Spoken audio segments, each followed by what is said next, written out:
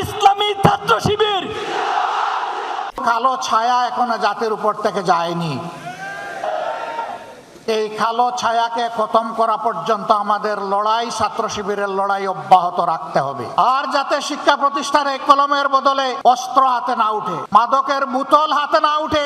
অনেকে সংখ্যা গণে বলছেন আমরা এত কোটি এত লক্ষ যুবককে কর্মসংস্থান দিব, বাকিদের কি হবে? বলছেন বাকিদেরকে ভাতা দেবেন। আমরা আমাদের যুবকরা কারো কাছ থেকে বেকার ভাতা গ্রহণ করুক তা দেখতেও চাই না, শুনতেও চাই না। প্রতিটি যুবকের হাতকে দেশ গড়ার কারিগরের হাতে পরিণত করতে চাই। আধিপত্যবাদ বিরোধী ইসলামী জনতার এই সংগ্রামকে ঠেকাবার জন্য সন্ত্রাস দিয়ে যখন তারা পারেনি, তখন তারা মিথ্যাচার, অপপ্রচার, নানান প্রযুক্তি দিয়ে জাতিকে বিভ্রান্ত করে আমাদেরকে আবার সেই পেছনে ঠেলে দিতে চায়।